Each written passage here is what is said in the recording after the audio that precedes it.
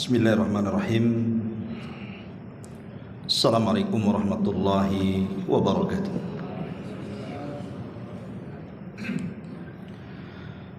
Alhamdulillah wassalatu wassalamu ala Rasulillah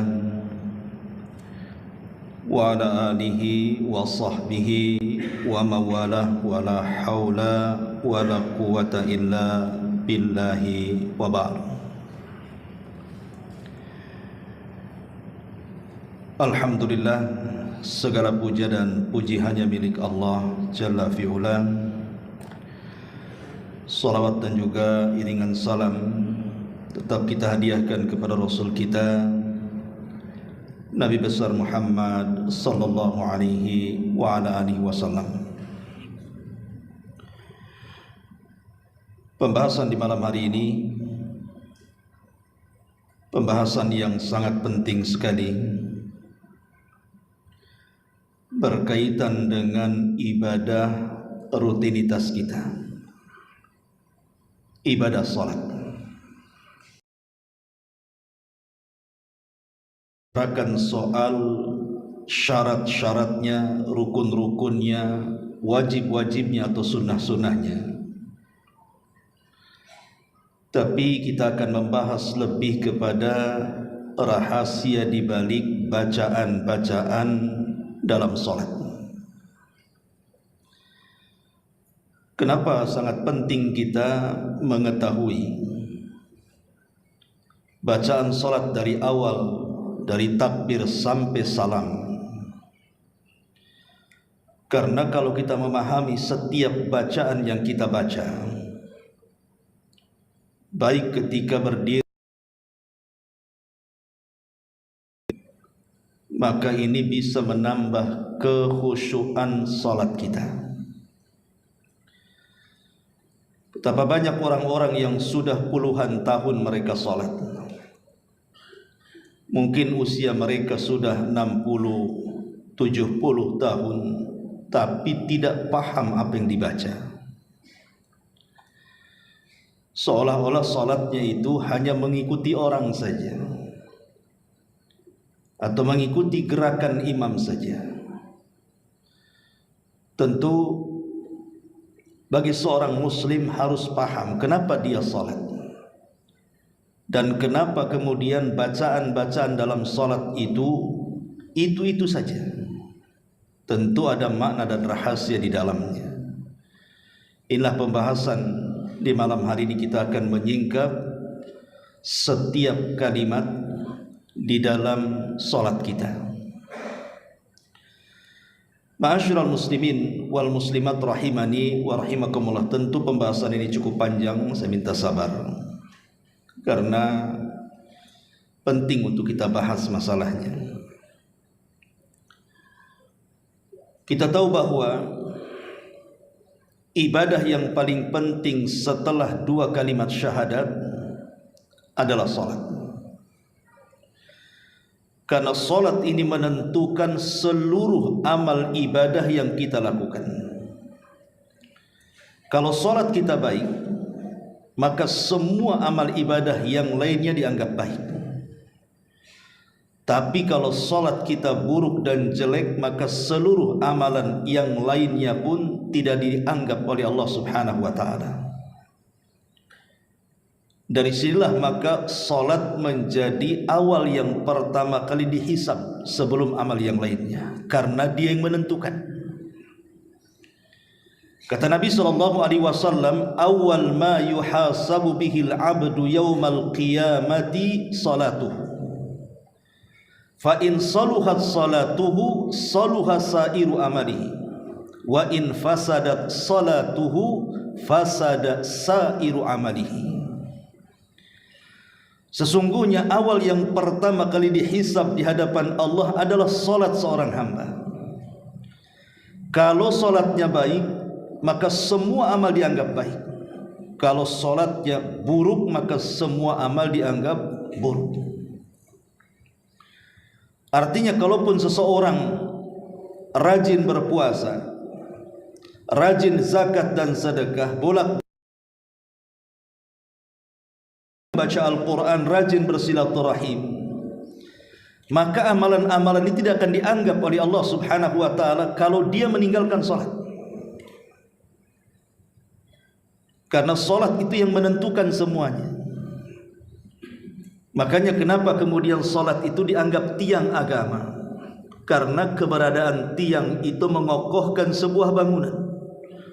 Masjid ini bangunannya kokoh, lantai 2 dan 3 itu karena ada tiangnya. Coba tiangnya dirobohkan, apa tidak roboh masjid ini?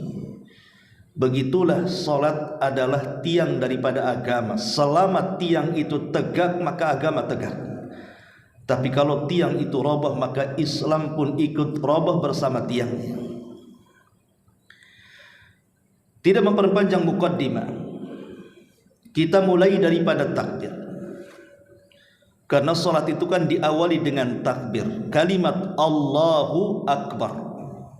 Itu yang disebut dengan takbiratul ihram.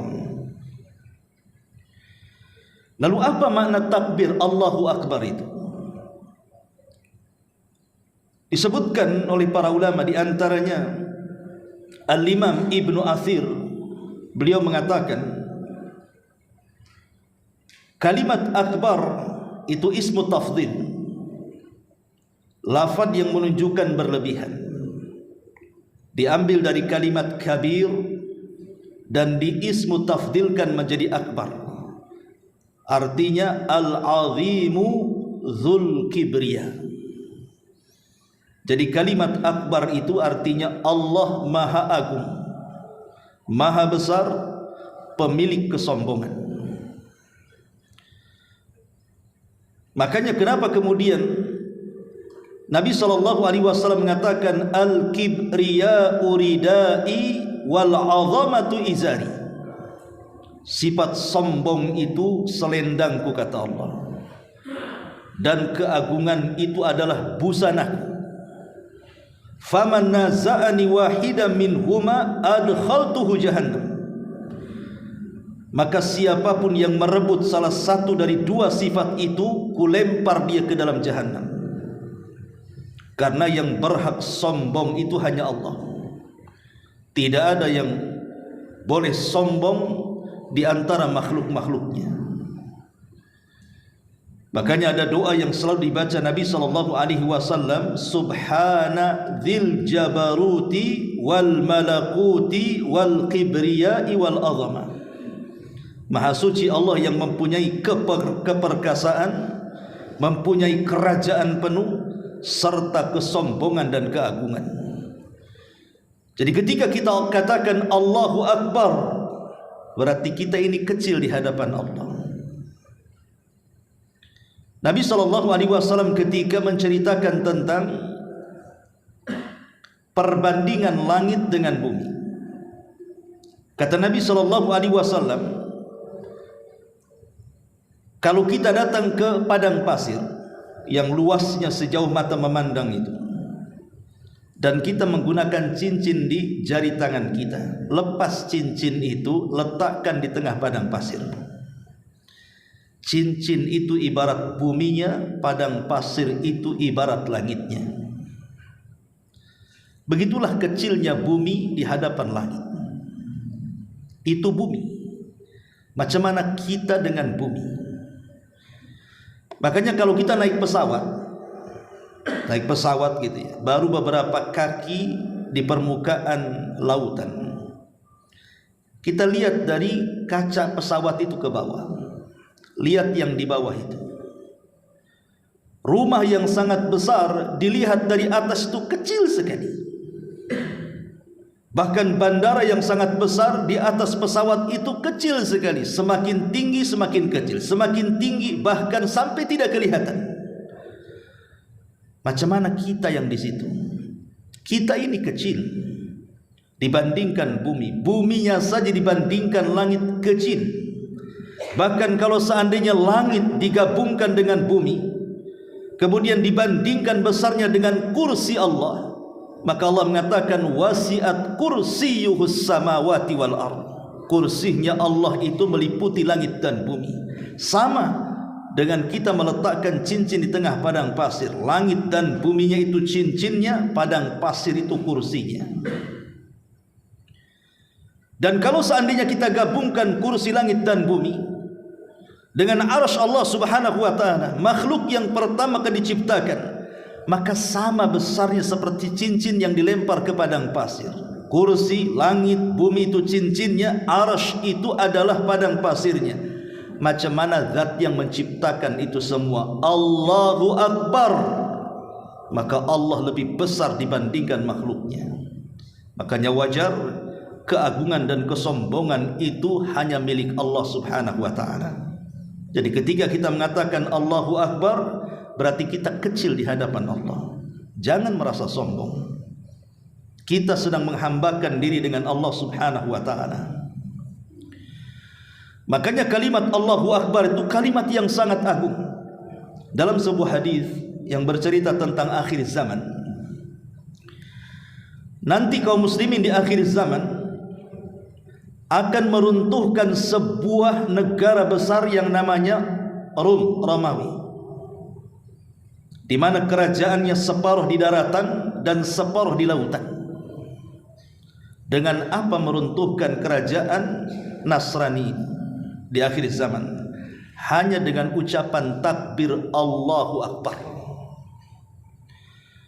Jadi ketika pasukan Al-Mahdil Muntadhar menyerang kota itu, tidak menggunakan senjata sama sekali, hanya dengan ucapan takbir Allahu Akbar yang pertama, maka sepertiga kerajaan runtuh. Takbir yang kedua, separuh kerajaan runtuh. Dan takbir yang ketiga, seluruh kerajaan runtuh. Itulah dahsyatnya kalimat Allahu Akbar. Ini bukan kalimat biasa Allahu Akbar itu, tapi kalimat pengagungan kita kepada Allah Subhanahu wa taala. Makanya takbir itu bagian daripada syiar salat. Bagaimana orang sebelum salat dia mengumandangkan azan. Dalam azan apa yang dimulakan? Lafadznya Allahu Akbar. Setelah azan ada qomat. Apa yang dimulai lafadz qomat itu? Allahu Akbar. Setelah qomat ada salat. Apa yang dimulai lafadz salat? Allahu Akbar. Jadi Allahu Akbar itu syiar dari syiar-syiar salat. Makanya takbir ini luar biasa kandungannya. Bahkan dipakai dalam beberapa masalah, beberapa perkara. Seperti umpamanya seseorang melihat hilal Ramadan. Di situ ada doanya kalau seandainya kita melihat bulan hilal dan besoknya masuk Ramadan. Apa lafaz yang diajarkan ketika kita melihat bulan besoknya Ramadan itu? Rasul mengatakan, bacalah Allahu Akbar. Allahumma ahillahu alaina bil amni wal iman was salamati wal islam wat taufiq lima tuhibbu wa tarda rabbuna wa rabbukallah. Allahu Akbar, telah tampak hilal kepada kami. Ya Allah, dengan melihat hilal ini berikan keamanan, berikan keimanan, berikan keselamatan, berikan keislaman, berikan taufik, supaya kita mendapatkan empat-empatnya. Bahkan ketika kita berada di 10 awal Dzulhijjah, dari tanggal 1 sampai tanggal 10, kita dianjurkan untuk banyak-banyak bertakbir. Sampai Ibnu Umar masuk ke pasar bertakbir sehingga menggema takbir satu pasar. Bahkan ketika hari Id, baik Idul Adha atau Idul Fitri, bergema takbir. Bahkan ketika perang, Nabi SAW memulakan dengan takbir Allahu Akbar, dan itu bisa menciutkan keberanian musuh.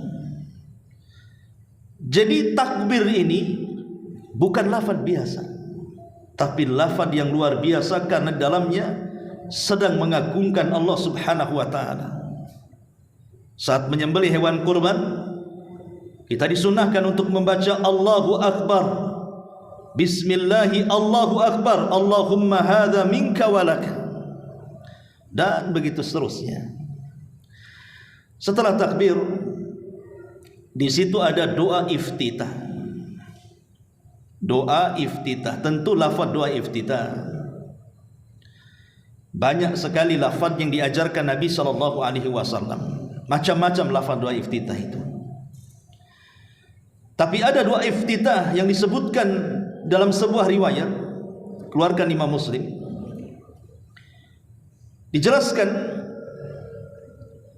ketika para sahabat berkumpul di masjid.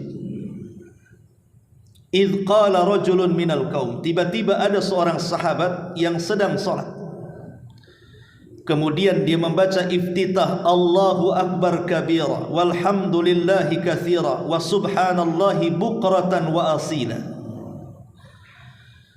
Kemudian selepas salat orang ini, Rasul bertanya, manil qail, siapa yang mengucapkan kalimat itu dalam salatnya? Faqala rajulun minal qaum, berkata seseorang yang berdoa kalimat itu dalam doa iftitahnya itu, ana ya Rasulullah, aku wahai Rasul yang membacanya. Maka Rasul mengatakan, ajibtulaha, sungguh menakjubkan kalimat yang kau baca itu. Futihat laha abwabus sama, kalimat itu telah membuka seluruh pintu-pintu dalam lapisan langit. Ketika mendengar ucapan itu, sahabat Ibnu Umar yang berada di dekat Nabi SAW mengatakan, fama taraktuhunna mundu an sami'tu Rasulullah sallallahu alaihi wasallam dzalik. Maka sejak itu aku pun tidak pernah meninggalkan lafaz itu sejak aku mendengar dari Nabi sallallahu alaihi wasallam. Jadi walaupun iftitah itu sunnah, tapi jangan ditinggalkan. Baru setelah doa iftitah masuk kepada doa atau membasuh kepada bacaan Fatihah. Dan ingat, bacaan Fatihah itu rukun. Dan saya nasihatkan, jangan tergesa-gesa membaca Fatihah. Kalau bisa kita belajar membaca Al-Fatihah dengan benar. Karena bacaan Fatihah ini yang mempengaruhi seluruh solat kita. Kenapa Rasul sampai Allah mengatakan dalam Al-Quran, inna salata tanha anil fahsya'i wal munkar, sesungguhnya salat itu bisa mencegah perbuatan keji dan kemungkaran. Kalau ada orang mengatakan, Ustaz, ada juga orang yang salat tapi masih berbuat keji, masih berzina, LGBT juga dia, atau masih melakukan kemungkaran, masih suka berdusta, menipu, riba dan yang semacamnya, padahal dia salat, Ustaz. Maka jawabannya, karena dia tidak sungguh-sungguh dalam salatnya ketika membaca surah Al-Fatihah. Ma'asyiral muslimin yang dimuliakan Allah Azza wa Jalla, surah Al-Fatihah ini adalah satu-satunya surat secara lengkap yang pertama kali turun. Maksudnya lengkap ya, satu surat. Kalau tidak lengkap ya bukan Fatihah. Yang pertama kali turun ya surah Iqra bismi rabbikal ladzi khalaq dalam masalah kenabian, kemudian Al-Mudaththir, ya ayyuhal mudaththir dalam masalah kerasulan. Tapi kan hanya 5 ayat saja, tidak secara lengkap. Tapi surah Al-Fatihah ini kalau kita ditanya surat apa yang pertama kali turun secara lengkap, maka kita katakan Fatihah. Tapi kalau tidak lengkap, ya kita katakan ala-ala kemudian Al-Mudaththir. Sama dengan surat yang terakhir turun secara lengkap adalah surah An-Nasr, idza jaa nasrullahi wal fath. Tapi kalau tidak lengkap ya Al-Baqarah, fattaku yauman turja'una ilallah. Artinya bahwa surat ini secara lengkap adalah yang pertama kali turun kepada Nabi SAW dan menjadi rukun daripada rukun-rukun salat. Bahkan tidak sah salatnya kalau tidak membaca Fatihah. Makanya Fatihah itu selalu dibaca setiap rakaat. Kalau surat kan sunnah saja, terkadang dibaca hanya rakaat pertama dan yang kedua kalau isya mungkin ya. Kemudian rakaat ketiga, yang keempat tidak perlu baca surat. Atau kalau maghrib baca surat pada rakaat pertama dan kedua, tapi rakaat ketiga tidak. Tapi kalau Fatihah menentukan sah dan tidaknya salat. Jadi kalau orang itu salat, dia baca surah Al-Baqarah, dia baca surah Al-Imran, bahkan seluruh surat dalam Quran dia baca, tapi tidak baca Fatihah, tidak sah salatnya. Tapi kalau orang sholat tidak ada satupun surat yang dibaca, hanya Fatihah saja. Pamanya sholat isya tadi, antum sholat pamanya rakaat pertama Fatihah, rakaat kedua Fatihah, rakaat ketiga Fatihah, rakaat keempat Fatihah. Tidak ada surat yang dibaca, sah sholatnya, sah. Karena bacaan Quran itu sunnah hukumnya, tapi Fatihah itu rukun. Makanya Fatihah ini luar biasa. Ada perkataan Imam Ibnul Qayyim rahimahullahu ta'ala yang sangat bagus sekali ketika dia membahas tentang Madarijus Salikin, dalam kitabnya Madarijus Salikin fi iyyaka na'budu wa iyyaka nasta'in. Bacaan Fatihah ini memiliki kandungan yang luar biasa. Pertama,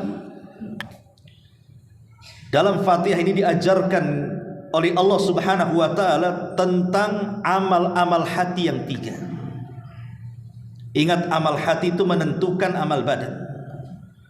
Kalau amal hati tidak ada, maka percuma amal badannya. Dan rukun amal hati itu ada 3. Pertama, perasaan cinta. Yang kedua, perasaan takut. Dan yang ketiga, perasaan harap. Perasaan cinta disebutkan di dalam Al-Quran. Allah mengatakan, Qul in kuntum tuhibbunallaha fattabi'uni yuhibbukumullah. Katakanlah, jika kamu benar-benar mencintai Allah, ikutilah aku. Niscaya Allah akan mencintai kamu dan mengampuni dosa-dosamu. Adapun perasaan takut, Allah katakan dalam surah Al-Anbiya 49, alladzina yakhshawna rabbahum, orang-orang yang takut akan azab Rabb mereka. Alladzina yakhshawna rabbahum bil ghaibi wa hum minas saati musyfiqun. Sedangkan mereka tidak melihatnya dan mereka merasa takut akan tibanya hari kiamat. Adapun perasaan harap, Allah sebutkan dalam surah Az-Zumar 53, Qul ya ibadiyalladzina asrafu ala anfusihim la taqnatu min rahmatillah innallaha yaghfiru dzunuba jami'a innahu huwal ghafurur rahim. Wahai hamba-hambaku yang melampaui batas terhadap diri mereka sendiri, janganlah kamu berputus asa dari rahmat Allah. Sesungguhnya Allah mengampuni dosa-dosa semuanya. Sungguh Dia Maha Pengampun lagi Maha Penyayang. Baik, kita jabarkan sedikit.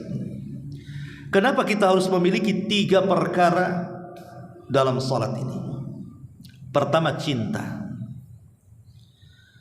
Melaksanakan salat jangan karena keterpaksaan, tetapi tanamkan cinta. Sebab kalau ibadah dikarenakan cinta, maka pasti dia akan sungguh-sungguh untuk meraihnya. Antum kalau cinta sama istri, apapun yang diminta istri pasti dikasih. Itulah perasaan cinta yang membangun kesungguh-sungguhan dalam ibadah. Yang kedua, perasaan harap. Bahwa dalam salat kita berharap kita diampuni dosa-dosanya. Berharap bahwa dengan salat ini membawa pahala besar. Berharap dengan salat itu menghilangkan seluruh kesusahan. Bahkan berharap dengan salat ini kita mendapatkan jannatul ma'wa, surga yang dijanjikan Allah Subhanahu wa taala. Sehingga ketika ibadah ada harapan, maka betul-betul kita akan mendapatkan kehusyuan. Sama seandainya analoginya seperti ini. Bekerja sama saya akan kasih gaji 1 hari 1 juta. Pasti Anda akan bekerja sungguh-sungguh dengan khusyuk, tanpa ada CCTV pun pasti bekerja. Karena harapannya setelah bekerja mendapatkan uang 1 juta setiap hari, kali sebulan 30 juta. Begitulah kalau ada harapan dalam ibadah itu sorga, maka kita akan sungguh-sungguh meraihnya. Kemudian yang ketiga, al-khauf, perasaan takut.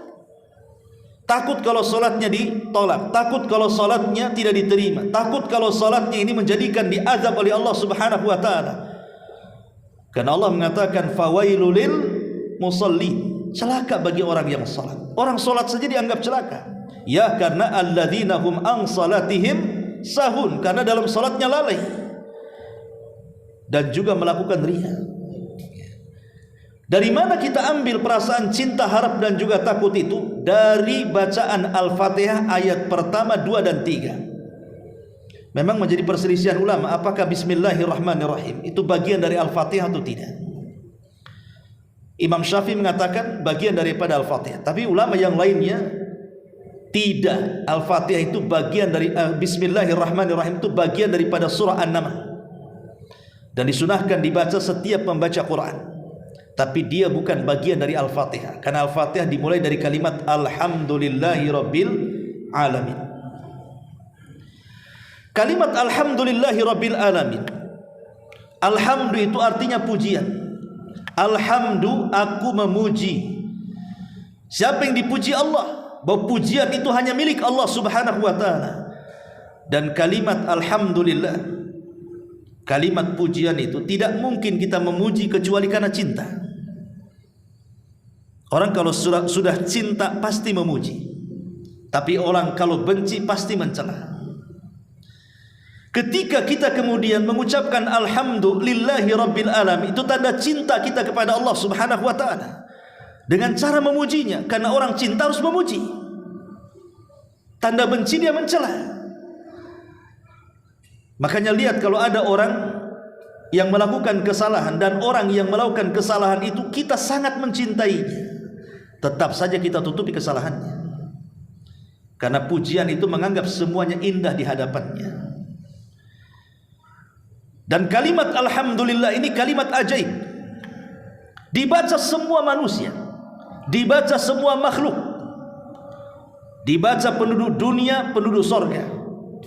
Coba kita lihat, kalau ada orang sehat kita katakan bagaimana kondisimu, maka dia mengatakan alhamdulillah saya sehat. Kita datang kepada orang sakit, macam mana kondisimu? Orang sakit mengatakan alhamdulillah sudah mulai sembuh. Kita katakan kepada orang miskin, bagaimana kondisimu? Alhamdulillah masih bisa makan. Kita katakan kepada orang kaya, macam mana kondisimu? Alhamdulillah bisnis lancar. Alhamdulillah diucapkan orang sakit, orang sehat, orang miskin, orang kaya. Bahkan penduduk sorga juga mengatakan alhamdulillahilladzi hadana lihadza wa ma kunna linahtadiya laula an hadanallah.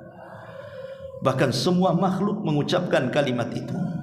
Wa im min kulli syai'in illa yusabbihuna bihamdi walakin la tafqahuna tasbihahum. Tidaklah segala sesuatu yang diciptakan Allah, baik gunungnya, baik langitnya, baik buminya, baik lautannya, baik tumbuh-tumbuhannya, baik binatang-binatangnya, bebatuannya, yang padat dan yang cairnya, semua mereka bertasbih. Bagaimana cara tasbihnya? Bihamdi, mengucapkan alhamdulillah. Kalau Allah takdirkan kita mendengar suara pohon pisang bertasbih kepada Allah, maka kita akan mendengar pohon pisang mengatakan alhamdulillah. Kalau seandainya tiang-tiang masjid diperdengarkan bagaimana tasbihnya dia kepada Allah, maka kita akan mendengar tiang itu mengucapkan alhamdulillah. Dan begitu seterusnya. Kalimat alhamdu adalah pujian dan tidak mungkin terucap kecuali karena kecintaan. Kemudian Allah mengatakan Ar-Rahman Ar-Rahim. Ar-Rahman Ar-Rahim ini sifatnya cuma satu dari kalimat rahmat.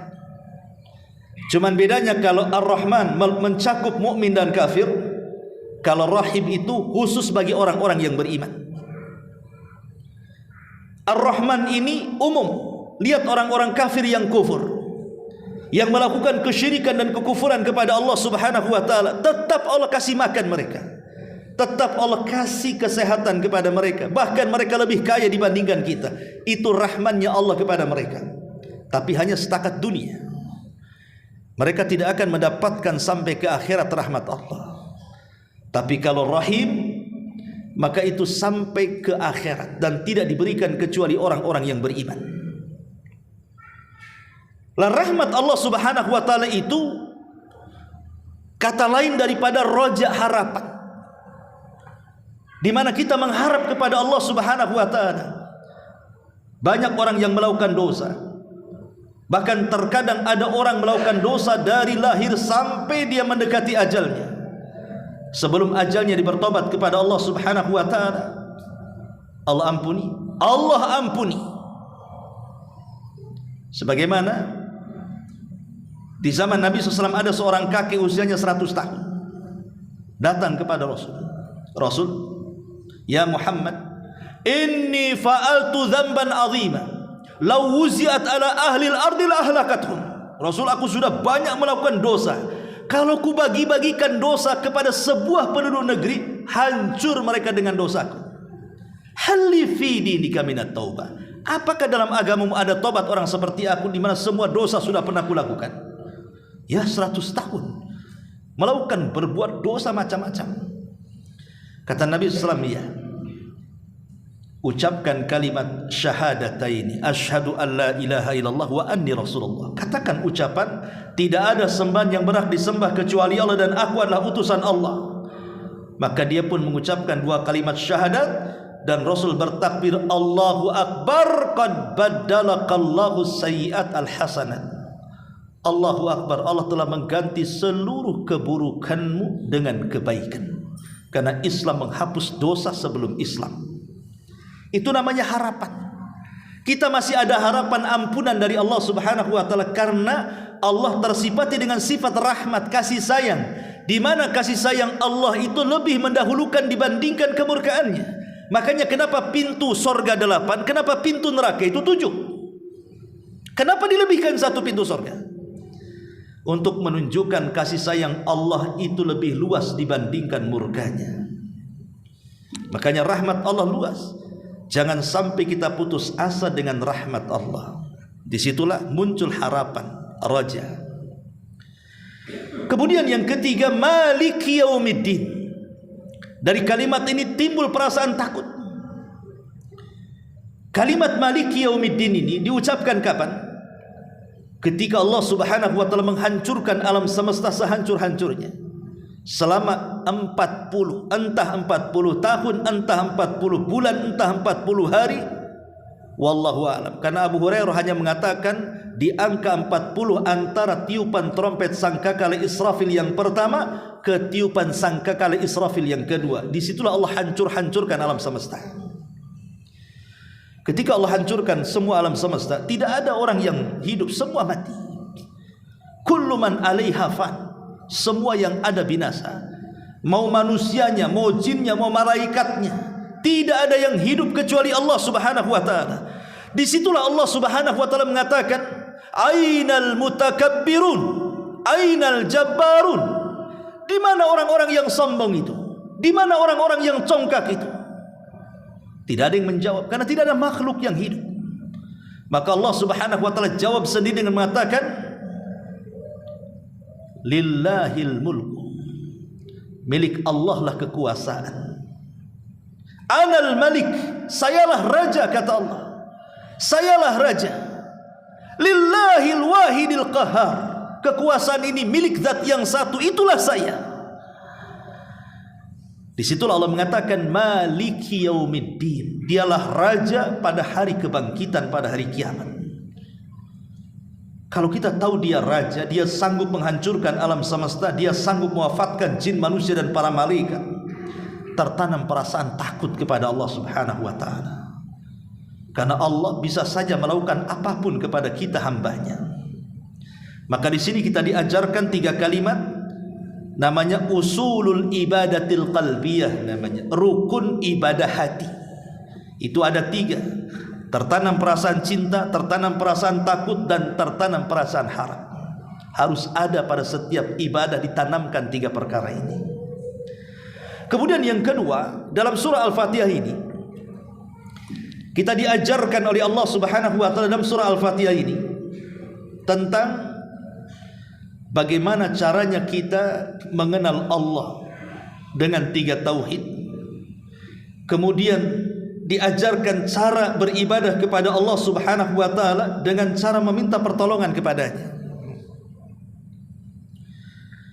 Ketika Allah Subhanahu wa taala mengatakan iyyaka na'bud, hanya kepadamu kami beribadah. Kalimat ini tidak diletakkan di awal ayat. Tapi kalimat ini diletakkan di tengah ayat, di tengah surat. Kenapa? Karena tidak mungkin seorang hamba langsung menyembah kalau dia tidak kenal siapa yang disembah. Makanya Allah Subhanahu wa taala dahulukan dengan kalimat alhamdulillahirabbil alamin, arrahman arrahim, maliki yaumiddin, baru iyyaka na'bud. Apa maknanya? Alhamdu artinya tauhidul uluhiyah. Segala puji itu hanya milik Allah. Itu artinya tauhid uluhiyah, di mana seluruh ibadah kita, pujian kita tidak diserahkan kecuali kepada Allah. Kemudian Rabbil Alamin, di sini ada maknanya tauhid rububiyah dari kalimat Rabb. Rabb itu artinya kita meyakini Allah yang menciptakan kita, kita yakini Allah yang mengatur kita, kita yakini Allah yang menguasai kita. Allah pencipta alam semesta, Allah penguasa alam semesta, Allah pengatur alam semesta. Itu nama makna daripada Rabb. Rabbul Alamin, Rabb semesta alam. Berarti alam ini yang menciptakan Allah, alam ini yang mengatur Allah, alam ini yang menguasai Allah. Disitulah bentuk rububiyahnya. Setelah menyebutkan uluhiyah, kemudian beralih kepada rububiyah. Setelah menyebutkan rububiyah, beralih kepada asma dan sifatnya, nama-nama Allah dan sifatnya. Ar-Rahman, Ar-Rahim, itu nama dan sifat Allah. Namanya Ar-Rahman, Ar-Rahim, sifatnya rahmah. Begitu juga Maliki Yaumiddin. Kalau kita sudah mengenal tiga tauhid ini, uluhiyah, rububiyah dan asma dan sifat, berarti kita telah mengenal Allah. Setelah kita mengenal Allah, iyyaka na'bud, mulai kita beribadah kepada Allah Azza wa Jalla. Mungkinkah kita bisa beribadah kepada Allah Subhanahu wa ta'ala tanpa pertolongan Allah? Mustahil. Makanya ayat setelahnya Allah mengatakan wa iyyaka nasta'in, hanya kepadamu kami meminta pertolongan. Karena tidak mungkin kita beribadah tanpa pertolongan Allah. Makanya ada istilah para ulama, lan yuta'a illa bi'idni wa lan yu'sa illa bi'ilmi. Allah tidak mungkin ditaati kecuali dengan izinnya, dan Allah tidak mungkin dimaksiati kecuali dengan pengetahuannya. Ketika kita bangun dari tidur, apa doa yang diajarkan Nabi SAW? Alhamdulillahilladzi afani fi jasadi wa rudda alayya ruhi wa adhina li bidzikri. Itu salah satu doa yang diajarkan Nabi setelah bangun tidur. Ada juga ya, alhamdulillahilladzi ahyana ba'da ma amatana wa ilaihi nusyur. Itu yang masyhur. Tapi ada juga doa bangun tidur ini yang paling utama dibandingkan lafaz alhamdulillahilladzi ahyana ba'da ma amatana wa ilaihi nusyur. Apa itu? Alhamdulillahilladzi afani fi jasadi. Alhamdulillah ya Rabb, habis bangun tidur, Engkau sudah memberikan kesehatan kepada jasadku. Aku masih diberikan hidup, masih diberikan kesehatan. Wa rudda alayya ruhi, dan Engkau kembalikan ruhnya yang Kau terbangkan ketika tidur, Kau masukkan lagi ke dalam jasadku. Aku dihidupkan kembali. Betapa banyak orang yang tidur tidak bangun lagi karena ruhnya tidak dikembalikan. Kita bersyukur ruhnya masih dikembalikan dan kita masih hidup dan bisa bangun dari tidur. Kemudian wa adzina li bidzikri, dan telah mengizinkan aku untuk terus mengingat namamu. Semua karena izin. Ada orang yang duduk di masjid, mushaf di depan, dia talasa. Yang duduk ini bisa baca, bisa tulis, bisa membaca Quran. Kenapa dia duduk bengong? Kenapa dia tidak mengambil Quran kemudian baca Quran? Karena dia belum diizinkan Allah. Kalau diizinkan Allah, pasti dia ambil Quran, dia baca. Kenapa banyak orang yang mendengar suara azan, bahkan hayya 'alas shalah dipanggil-panggil, yuk kita salat. Lebih daripada itu hayya 'alal falah dipanggil supaya menang, enggak mau menang juga. Enggak mau juga ke masjid karena belum diizinkan Allah. Kalau diizinkan Allah, pasti dia langkahkan kakinya ke masjid. Betapa banyak orang yang melihat orang-orang yang fakir, yang susah, butuh uluran tangan, tidak juga dibantu sama kita. Ya, karena belum diizinkan Allah. Kalau izinkan pasti bantu. Lan yuta'a illa bi'idni. Allah tidak ditaati kecuali karena izin Allah itu sendiri. Makanya dari sini ibadah tidak mungkin dilakukan kecuali wa iyyaka nasta'in, kecuali kita minta pertolongan kepada Allah. Kalau bukan pertolongan Allah, tidak mungkin Anda hadir di majelis muhajirin di sini. Pasti Anda akan di rumah. Mungkin habis ngaji, habis sholat tadi pergi. Tapi Allah tolong untuk duduk di pengajian. Alhamdulillah, Allah masih tolong kita masih hadir duduk di pengajian, masih bisa sholat isya. Makanya dalam surah Fatihah diajarkan kepada kita apa? Bagaimana cara mengenal Rabbnya, kemudian beribadah kepadanya, dan minta kepada Allah pertolongan agar kita bisa beribadah kepada Allah Subhanahu wa ta'ala. Ini yang kedua. Yang ketiga, dalam surah Al-Fatihah kita diajarkan tentang meraih sebab hidayah. Hidayah ini mahal, harus kita cari, karena hidayah ini yang menuntun kita ke surga. Perhatikan di dalam surah Al-Fatihah, Alhamdulillahi Rabbil Alamin, Ar-Rahman Ar-Rahim, Maliki Yaumiddin, Iyyaka na'bud wa iyyaka nasta'in. Setelahnya, Ihdina, ya Allah berikan hidayah. Sebelum Allah katakan Ihdinas siratal mustaqim, Allah mulakan dengan kalimat Alhamdulillahi Rabbil Alamin, Ar-Rahman Ar-Rahim, Maliki Yaumiddin, Iyyaka na'budu wa iyyaka nasta'in. Dalam sebuah hadis yang dikeluarkan Imam Muslim, Nabi SAW mengatakan, qasamtus salata baini wa baina abdi nisfaini wa li abdi masal. Allah Subhanahu wa ta'ala berfirman dalam hadis qudsi, aku membagi salat antara aku dengan hambaku menjadi dua bagian, dan bagi hambaku apa yang dia minta pasti kukabulkan. Jadi ketika kita membaca Al-Fatihah, ikhwatu fiddin yang dimuliakan Allah Azza wa Jalla, ibu bapak yang dimuliakan Allah Azza wa Jalla, Fatihah itu bentuk dialog kita dengan Allah sebenarnya. Jadi kalau anda ingin tahu, ketika membaca Fatihah itu bentuk dialog kita dengan, kita sedang berdialog dengan Allah sebenarnya. Karena setiap kalimat-kalimat dalam surah Al-Fatihah itu ada jawabannya. Makanya kenapa kemudian solat itu disebut munajat, bermunajat dengan Allah, berdialog dengan Allah, berjumpa dengan Allah. Alladzina yadhunnuna annahum mulaqu rabbihim. Ketika Allah mengatakan solat itu berat bagi orang-orang kecuali orang yang khusyuk. Siapa orang yang khusyuk? Orang-orang yang yakin ketika dia berjumpa dengan Allah. Dalam Quran seperti itu kan, alladzina yadhunnuna annahum mulaqu rabbihim. Orang yang yakin dia sedang bermunajat dengan Allah. Itulah perjumpaan kita di dunia dengan Allah itu dalam solat. Disitulah terjadi dialog kita dengan Allah. Kata Nabi SAW, idza qala al-abdu, kalau seorang hamba membaca Alhamdulillahi Rabbil Alamin, segala puji hanya milik Allah, maka Allah akan jawab, Hamidani abdi, hambaku telah memujiku. Kemudian kita membaca lagi Ar-Rahman Ar-Rahim, yang maha pengasih lagi maha penyayang. Apa jawaban Allah? Asna alayya abdi, hambaku sedang menyanjung-nyanjung aku. Apabila kita membaca Maliki Yaumiddin,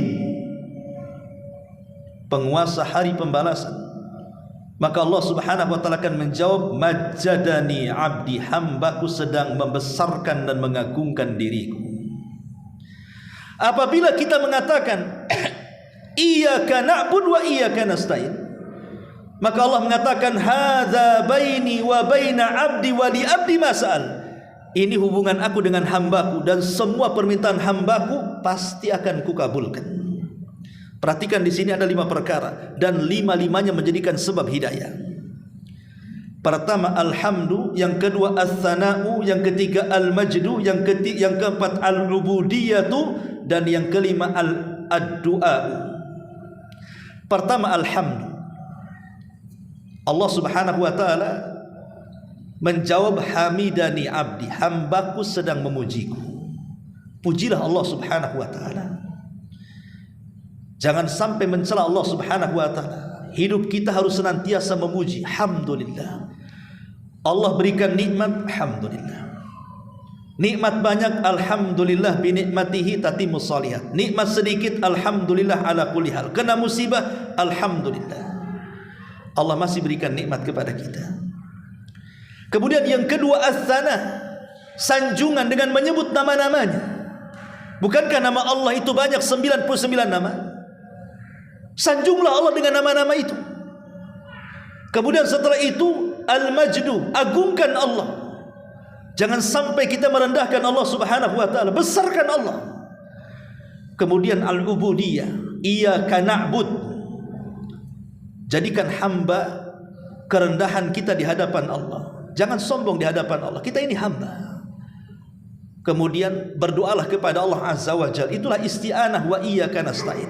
Kalau kita bisa mengumpulkan pujian, sanjungan, pengagungan kepada Allah, kemudian penghambaan kita kepada Allah, kemudian doa kita kepada Allah, maka muncullah kalimat ihdinas siratal mustaqim. Di situ muncul hidayah. Jadi sebab hidayah itu karena 5 perkara. Karena kita pandai memuji Allah, karena kita pandai menyanjung Allah, karena kita pandai mengagungkan Allah, karena kita pandai menghambakan diri kepada Allah, kemudian berdoa kepada Allah, muncul hidayah di situ. Ma'asyiral muslimin yang dimuliakan Allah Subhanahu wa taala. Bahkan dalam surah Al-Fatihah itu ada 3 kalimat yang luar biasa. Pertama rahmat, yang kedua hidayah, yang keempat, yang ketiga nikmat. Rahmat diambil dari kalimat Ar-Rahman Ar-Rahim, sifatnya rahmat. Hidayah diambil dari kalimat ihdinas siratal mustaqim, ihdina ya Allah berikan hidayah. Nikmat diambil dari kalimat alladzi an'amta alaihim. An'amta itu nikmat. Apa rahasia 3 kalimat rahmat, hidayah dan nikmat itu? Kalau kita balik, tidak mungkin orang diberikan nikmat kecuali diberikan hidayah. Tidak mungkin orang diberikan hidayah kecuali setelahnya diberikan rahmat. Sebab rahmat itulah orang dapat hidayah. Sebab dapat hidayah itulah orang diberikan nikmat. Jadi Al-Fatihah itu sebab mendatangkan nikmat. Karena ada rahmat, setelah itu ada hidayah, baru ada nikmat. Dan itulah Islam. Islam itulah semuanya. Ketika Allah mengatakan al-yauma akmaltu lakum dinakum wa atmamtu alaikum ni'mati wa raditu lakumul islam madina. Pada hari ini kusempurnakan. Akmaltu, kesempurnakan. Apa agama? Islam. Kemudian ku sempurnakan lagi nikmatku untuk kalian. Maksudnya nikmat Islam. Wa raditu lakumul islam madina, dan aku ridho Islam sebagai agama kalian. Di sini ada al-kamal, at-tamam, ar-ridha. Ada penyempurnaan Islam, ada penyempurnaan nikmat, dan ada redha kepada kita tentang Islam. Allah sempurnakan Islam, Allah jadikan nikmat Islam untuk kita, dan Allah redhoi Islam sebagai agama kita. Bicara tentang rahmat, hidayah dan nikmat dalam surah Al-Fatihah, Allah mengatakan rahmat, inna arsalnaka illa rahmatan lil alamin.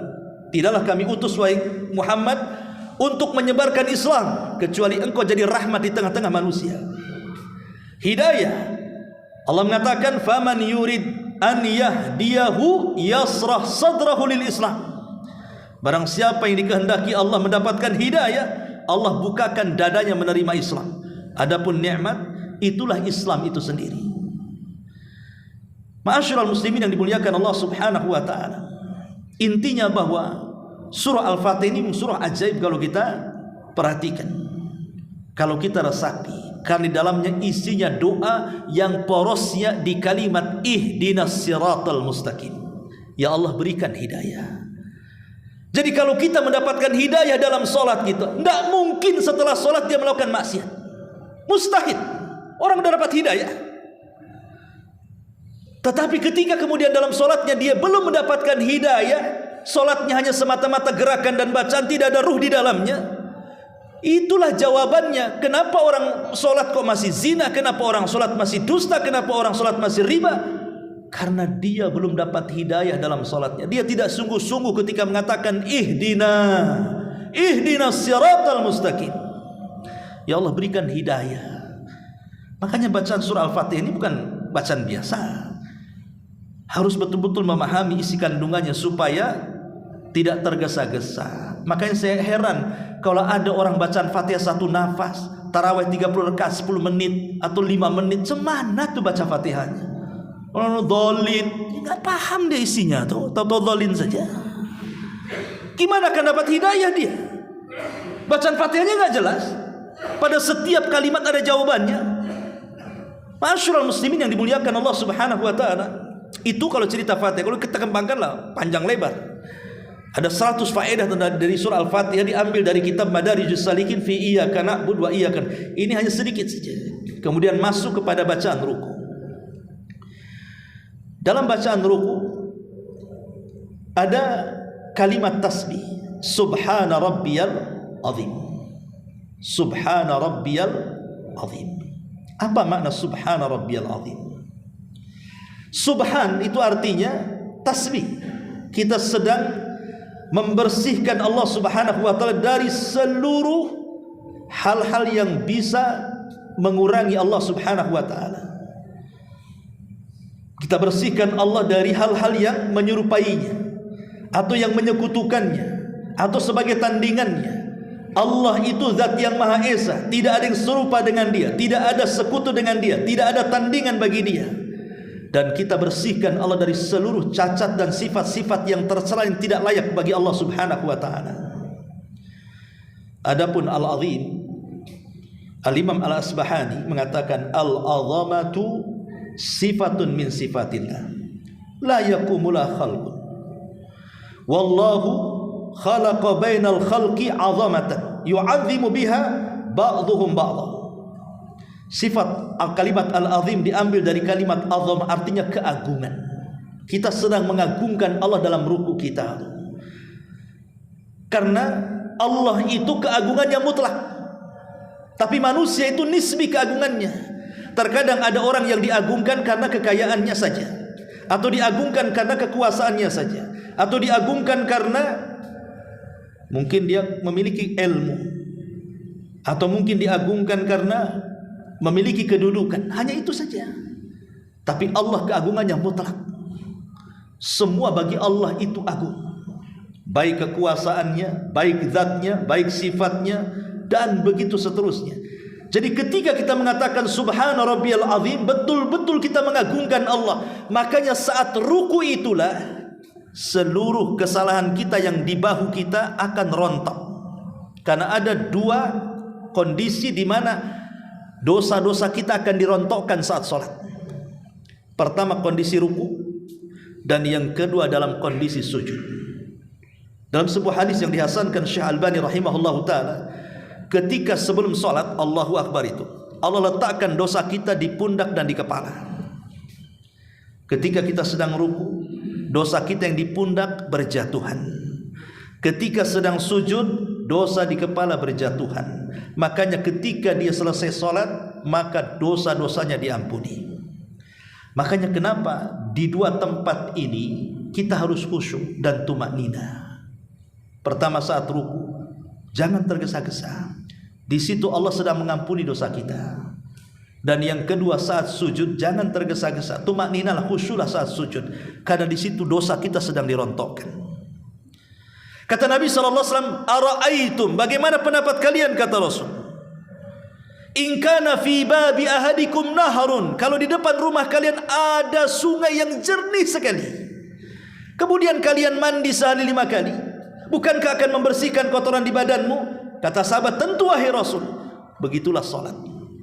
Apabila kita melaksanakan salat 5 waktu sehari, zuhur, asar, maghrib, isya dan subuh, maka itu bisa membersihkan dosa seperti kita mandi 5 kali, membersihkan kotoran, dan 5 kali salat membersihkan dosa kita. Kapan dibersihkan dosa saat salat? Dalam kondisi ruku dan sujud. Situlah dosa kita rontok di situ. Makanya ketika ruku dan sujud betul-betul sungguh-sungguh, jangan asal-asalan.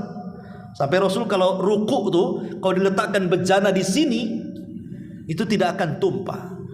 Makanya tangan kenapa diletakkan di lutut? Supaya rata ini, ya, bahu ini. Sebab kalau diletakkan di betis, maka dia akan doyong seperti ini. Kalau diletakkan di paha, maka akan terangkat seperti ini. Kalau di betis baru dia begini, tumaknina. Pegang betis, jangan paha ataupun pegang lutut, jangan betisnya, atau jangan pahanya, karena itu yang bisa meratakan punggung kita. Begitu juga ketika sujud, jangan sampai kemudian sikut ini menempel di lambung. Itu sujudnya orang malas. Tapi jauhkan sikut ini dari lambung. Begini. Sampai kata Rasul, kalau ada anak kambing masuk, bisa masuk dia di sini. Supaya kita tidak malas dalam sujud. Ma'asyiral muslimin yang dimuliakan Allah Subhanahu wa taala. Lah, kenapa kemudian setelah kita bangkit dari ruku ketika i'tidal itu, kenapa bacaannya sami Allahu liman hamidah? Sami Allahu liman hamidah. Sami Allah artinya Allah mendengar. hamidahu, yang memujinya. Kenapa kalimat sami'a diletakkan setelah ruku saat i'tidal? Sami Allahu liman hamidah. Tadi saya sudah katakan bahwa solat itu ketika kita berdiri ada bacaan Fatihah di situ. Dan isi bacaan Fatihah itu adalah pujian-pujian kepada Allah. Kemudian doa-doa kita kepada Allah Subhanahu wa taala. Jadi seolah-olah ketika kita mengatakan Sami Allahu liman hamidah, Allah Maha mendengar. Ketika kita mengatakan alhamdulillah memuji Allah, Allah mendengar kita sedang memujinya.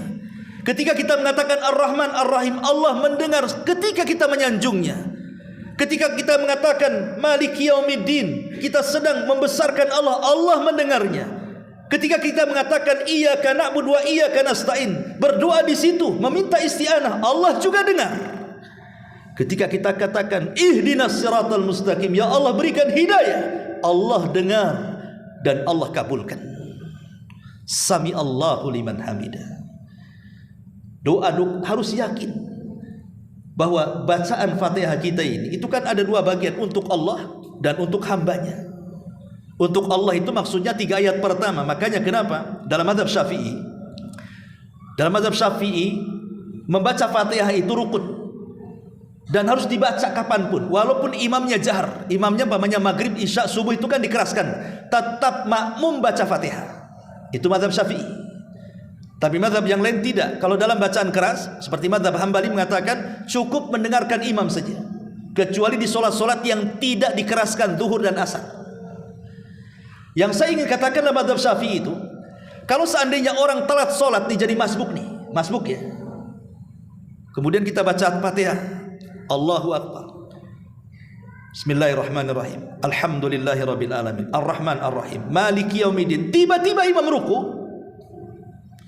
kemudian kita ruku, maka dianggap dapat 1 rakaat. Kenapa? Karena hak Allah sudah terpenuhi.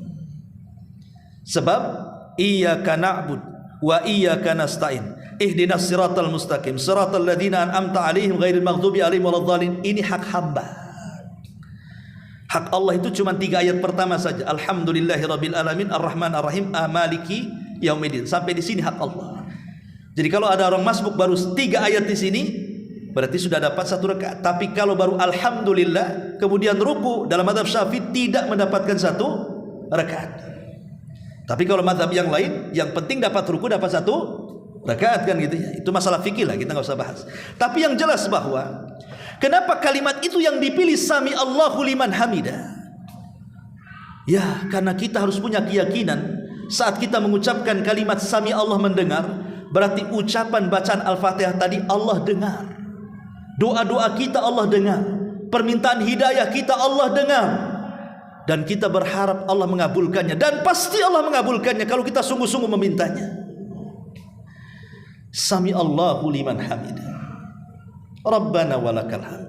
Kemudian sujud, Subhana rabbiyal a'la. Maha suci Allah yang maha tinggi zatnya karena dia berada di atas semua makhluknya. Maha tinggi kedudukannya sebab hanya kepunyaan dia segala sesuatu secara sempurna. Maha tinggi Allah atas kekuasaannya sebab dia maha kuasa atas segala makhluk-makhluknya. Subhana rabbiyal a'la. Inilah kesempatan manusia untuk meluapkan masalah-masalah hidupnya saat sujud. Tentu yang saya sarankan adalah ketika sholat sunnah. Sebab kalau sholat wajib kan tidak ada kesempatan. Rata-rata kalau imamnya agak cepat sujudnya, mungkin kita hanya bisa membaca bacaan yang wajib saja, Subhana rabbiyal a'la kan. Tapi kalau dalam sholat sunnah kan Anda bisa melama-lamakan sujudnya. Kita baca Subhana rabbiyal a'la 3 kali. Setelah itu berdoalah sesuka kita. Uraikan permasalahan hidup kita dalam sujud ini. Entah Anda sakit minta disembuhkan, entah Anda ekonominya minta dilancarkan, entah rumah tangganya berantakan minta diuraikan, dan begitu seterusnya. Adukan masalah kita saat sujud itu. Karena Rasul mengatakan kemuliaan salat seseorang itu di waktu sujud. Kenapa? Karena tanah itu tempat yang rendah, tempat diinjaknya oleh kaki kita.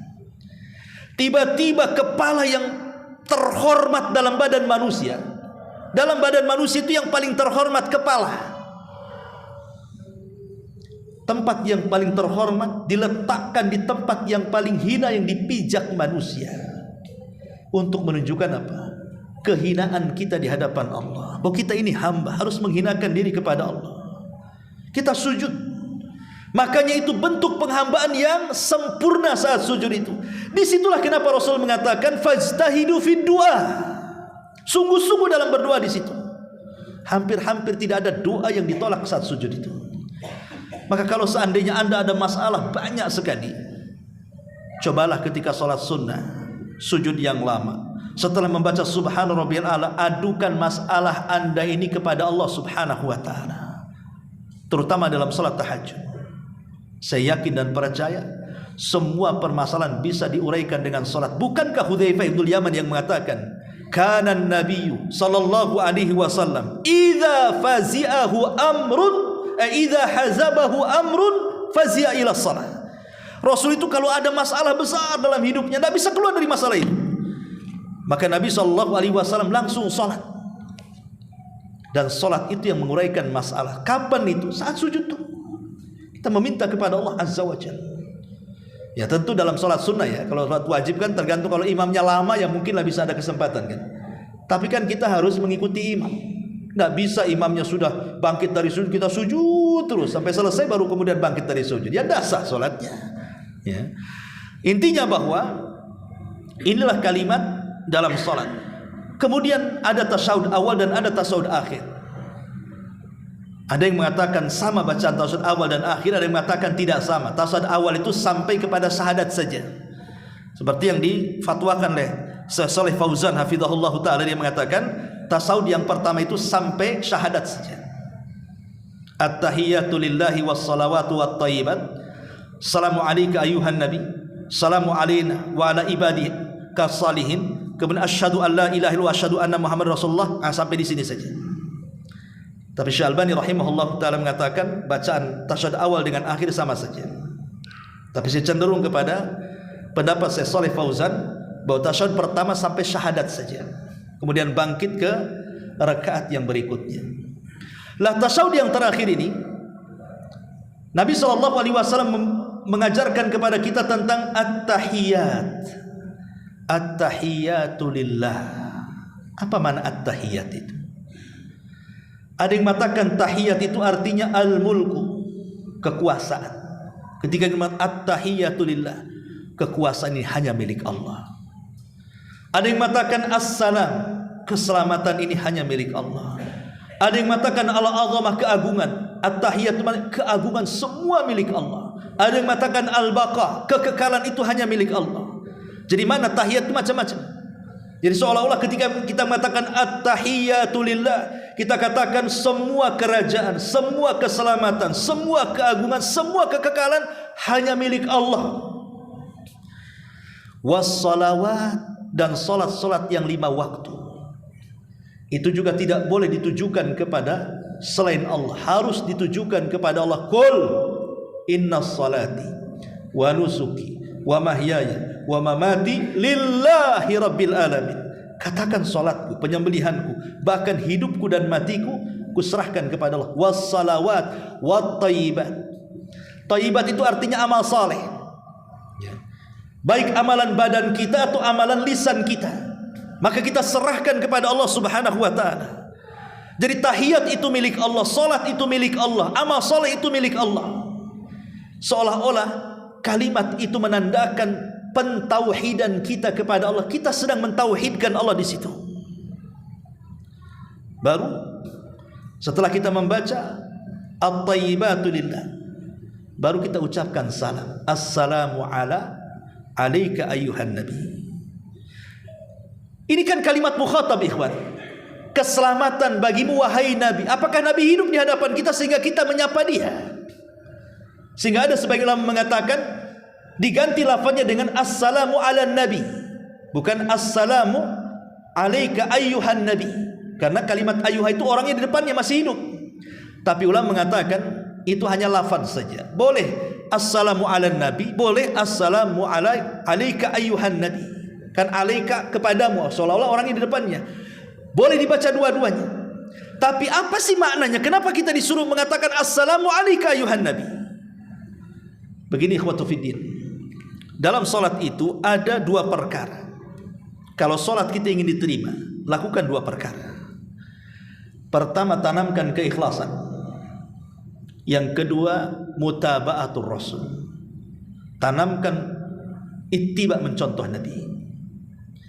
Keikhlasan ditanamkan dalam salat saat berdiri. Iyyaka na'budu wa iyyaka nasta'in. Itu keikhlasan. Kemudian ittiba, disinilah kalimat ittiba, assalamu alayka ayyuhan nabi. Seolah-olah kita katakan, kalau bukan engkau wahai Nabi, tentu kami tidak salat, bahkan tidak beriman pun. Kalau bukan engkau wahai Nabi, tentu kami tidak mungkin mampu beribadah kepada Allah Subhanahu wa taala. Jadi kalimat assalamu alayka ayyuhan nabi, di sini ada tuntutan kalimat sallu kama raaitumuni usalli. Salatlah kalian sebagaimana kalian melihat aku salat. Kita diingatkan dengan Nabi bahwa salat kita ini adalah berkat Nabi. Diutus oleh Allah kepada kita, diajarkanlah salat kepada kita. Maka jangan sampai kita melakukan gerakan bacaan salat yang di luar dari tuntunan Nabi SAW. Karena kalau bukan karena Allah kemudian Nabi kita, tentu kita tidak mengenal salat. Kita mengenal salat itu karena Nabi kita. Ma'asyiral muslimin yang dimuliakan Allah Azza wa Jalla, baru kita doakan kepada diri sendiri. Assalamu alayka ayyuhan nabi wa ala ibadikas salihin. Kitalah hamba-hamba Allah yang saleh. Minta kepada Allah agar kita menjadi hamba yang saleh, supaya ketika selesai sholat kita tidak melakukan perbuatan keji dan kemungkaran. Baru setelah itu kita mengucapkan syahadat. Syahadat itulah persaksian kita yang menjadikan kita selamat dunia akhirat. Kalimatul la ilaha illallah, kalimat penyelamat. La ilaha illallah itu kalimat yang pertama diwajibkan untuk diucapkan oleh hamba, dan yang terakhir kalimat yang diwajibkan untuk hamba. Rasul mengatakan, lakinu mautakum bila ilaha illallah. Ejahkan orang yang sedang sakaratul maut dengan kalimat la ilaha. Kenapa? Ingat ikhwan, fitnah yang paling besar setelah fitnah rahim. Maksudnya kalau kita dalam janin kita, insya Allah masih tidak akan diganggu setan. Kenapa bayi itu disebut janin itu dalam rahim? Apa sih rahim itu? Kenapa diambil dari kalimat rahim? Rahim ibu kita. Rahim itu diambil dari rahmat. Artinya bayi itu kalau masih dalam perut itu masih mendapatkan rahmat Allah. Makanya dia itu diberikan makan, diberikan minum, diberikan nyawa, diberikan oksigen. Tidak mati padahal dalam rahim loh ya. Tidak ada yang antar makanan, tapi dihidupkan 9 bulan karena rahmat, makanya disebut rahim. Tapi kalau sudah brojol, rahmat sudah nggak ada. Dia akan diberikan berbagai macam fitnah-fitnah. Makanya nanti setelah kita membaca syahadat, kita dituntut untuk, ini hukumnya sunnah, tidak wajib, berlindung dari 4 perkara kan. Allahumma inni a'udzubika min adzabi jahannam wa min adzabil qabri wa min fitnatil mahya wal mamat wa min fitnatis syarril masihid dajjal. Di sini ada kalimat dari fitnah kehidupan dan kematian. Itulah ketika orang brojol ke dunia, maka dia dihadapkan dengan 2 fitnah. Pertama fitnah kehidupan, dan yang kedua fitnah kematian. Fitnah kehidupan macam-macam. Kita akan diberikan sakit, sabar nggak dengan sakit kita? Kita akan diberikan kefakiran, sabar nggak dengan kefakiran kita? Kita akan diberikan dengan berbagai masalah. Mungkin manusia memfitnah kita, menggibah kita, membuli kita, merendahkan kita. Sabar nggak menghadapinya? Itulah fitnah kehidupan. Setiap manusia pasti diuji. Ahasiban nas an yutraku an yaqulu amanna wa hum la yuftanun. Apakah manusia mengira setelah mengatakan kami beriman mereka tidak diuji? Bahkan mereka akan diuji oleh Allah Subhanahu wa taala. Wa nabluukum bisyarri wal khairi fitnah. Tetap mereka akan diuji baik dengan nikmat atau dengan musibah, dua-duanya ujian bagi manusia. Tapi yang paling berat bukan ujian kehidupan, tapi ujian saat kematian. Itu paling berat. Kenapa? Karena setan iblis khususnya kalau melihat ada orang yang sedang sakaratul maut, maka dia akan kerahkan bala tentaranya, dia akan kerahkan pasukannya untuk menyerang orang yang sedang sakaratul maut. Jangan sampai dia husnul khatimah, buat dia sakaratul maut su'ul khatimah. Itu yang paling bahaya. Dengan cara apa? diberikan banyak was-was. Was-was yang sangat banyak dalam otak yang orang yang sedang sakaratul maut itu. Boleh jadi dimasukkan perasaan bahwa dia mendengar di sana ada tukang sihir tertentu atau dukun tertentu yang bisa menyelamatkan saya. Pokoknya kalau ada siapapun yang bisa menyembuhkan saya, entah dia dukun, entah tukang sihir, saya siap diobati. Padahal dia menjelang sakaratul maut dibuat was-was seperti itu. Kalau ada pikiran seperti itu, dia mati, berarti mati di atas kesyirikan. Makanya kenapa Allah mengatakan hatta idza balagatit taraqi wa qila man raq. Ketika nyawa sampai di tenggorokan, Allah katakan apa? Wa qila man raq. Siapa yang bisa meruqyah dia? Enggak ada yang bisa meruqyah dia, enggak bisa mengobati dia. Kalau nyawa di sini pasti mati. Makanya kemudian dia teringat siapa yang bisa meruqyah dia. Setan datang, ada yang bisa meruqyah kamu. Kemudian diberikan was-was dan mengatakan, enggak apa-apalah, mau dukun mau apa, kalau bisa menyembuhkan saya silahkan. Makanya di situ orang yang mentalkin itu menghilangkan was-was. Lakinu mautakum bila ilaha illallah. Ejahkan kepada orang mati yang sedang sakarat itu kalimat la. Kalau dia sampai mengatakan la, tidak, artinya dia menolak was-was syaitan. La ilaha, tidak ada sembahan yang berhak disembah illallah kecuali Allah. Dia tolak semua was-was itu. Kalau dia sampai mengucapkannya, man kana akhiru kalamihi la ilaha illallah dakhalal jannah. Siapa yang akhir ucapannya kalimat la ilaha illallah, pasti masuk surga. Itulah syahadat. Ya. Baru di situ ada solawat. Dan ingat bahwa lafaz salawat terbaik adalah salawat Ibrahimiyah. Lafaz salawat itu banyak, tapi lafaz salawat, kalau ingin kita bersalawat sungguh-sungguh kepada Rasul, gunakan salawat yang ada pada tasyahud. Allahumma salli ala Muhammad. Lafaz Bukhari ya. Allahumma salli ala Muhammad wa ala ali Muhammad kama sallaita ala Ibrahim wa ala Ibrahim innaka Hamidum Majid.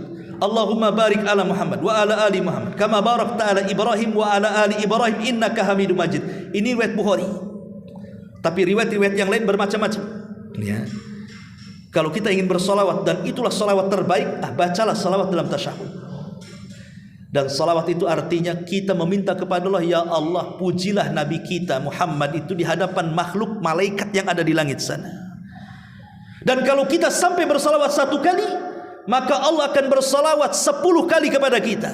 Jadi kalau kita katakan Allahumma salli ala Muhammad, kita katakan ya Allah, pujilah Nabi Muhammad di hadapan makhlukmu di langit, di hadapan para malaikat sana, maka Allah akan sebut-sebut nama kita di hadapan para malaikat 10 kali pujian, padahal kita meminta kepada Allah untuk memuji Rasul 1 kali. Setelah itu Allah akan puji kita 10 kali di hadapan para malaikat. Bayangkan kalau Allah memuji kita di hadapan para malaikat. Jangan cerita malaikat, kalau Raja Salman saja memuji kita, kemudian di YouTube kan viral, bangga gak antum tuh? Banggalah Raja Salman muji-muji saya, satu dunia tahu. Ini yang muji bukan Salman, bukan Pak Prabowo. Yang muji yang menciptakan makhluk-makhluk di bumi. Maka jangan remehkan salawat. Ya. Ma'asyiral muslimin yang dimuliakan Allah Azza wa Jalla, baru di situ ada doa meminta 4 perlindungan. Allahumma inni a'udzubika min adzabi jahannam. Kita berlindung jangan sampai terkena azab jahannam. Wa min adzabil qabri, berlindung kepada jangan sampai mendapatkan azab kubur. Wa min fitnatil mahya wal mamat, berlindung jangan sampai terkena fitnah kehidupan dan kematian. Dan yang terakhir, fitnah yang paling besar sejak diciptakan Adam sampai dikiamatkan, fitnah min syarri fitnatid dajjal. Seburuk-buruk fitnah adalah fitnah dajjal. Jangan sampai diperjumpakan dengan dajjal. Kan dipastikan kalau kita berjumpa dengan dajjal, pasti kita akan jadi pengikut mereka. Dalam riwayat ada tambahan minal kufri wal faqri. Kita berlindung dari kekufuran dan kefakiran. Berlindung kepada Allah, jangan sampai kita kufur. Makanya kita sholat, karena sholat itu pembeda kita dengan orang kafir, supaya kita jangan kufur sholat. Rasul yang mengatakan al-ahdu bainana wa bainahumus salatu faman tarakaha faqad kafar. Perbedaan kita dengan orang kafir sholat, siapa yang meninggalkannya kafir dia. Fakiran, karena fakir itu juga menyebabkan kekufuran. Betapa banyak orang fakir bekerja untuk fakir, lupa dengan kehidupannya karena mencari makan, lupa hadir di majelis ilmu, lupa segalanya. Makanya kefakiran ini bisa menjadikan kekufuran. Kita berlindung juga. Dalam riwayat juga Rasul berlindung minal ma'tham wal maghram, dari perbuatan dosa dan hutang. Sampai Ummu Salamah mengatakan, ya Rasulullah, apakah anda punya hutang? Sehingga engkau berlindung senantiasa dalam solatmu sebelum salamu, Allahumma inni a'udzubika minal ma'tham wal maghram. Kata Rasul, bukan begitu wahai Ummu Salamah. Karena orang yang hutang itu, kalau dia bicara pasti dusta, kalau dia berjanji pasti khianat, kata Rasul. Orang hutang kan gitu kan. Kalau dia ngomong pasti dusta tuh. Kapan bayar? Tak ada duit, padahal duit banyak. Dalam besok saja dia janji, pas besok tak mau dibayar juga. Itulah orang hutang, kalau ngomong dusta, kalau dia janji khianat. Makanya Rasul berlindung dari itu. Baru kemudian Rasul mengucapkan salam, assalamualaikum warahmatullah, assalamualaikum warahmatullah. Dan ini hanya dipercepat saja karena waktu. Wallahu a'lam. Subhanakallahumma bihamdika, asyhadu an la ilaha illa anta, astaghfiruka wa atubu ilaik. Allahu ta'ala alam. Assalamualaikum warahmatullahi wabarakatuh.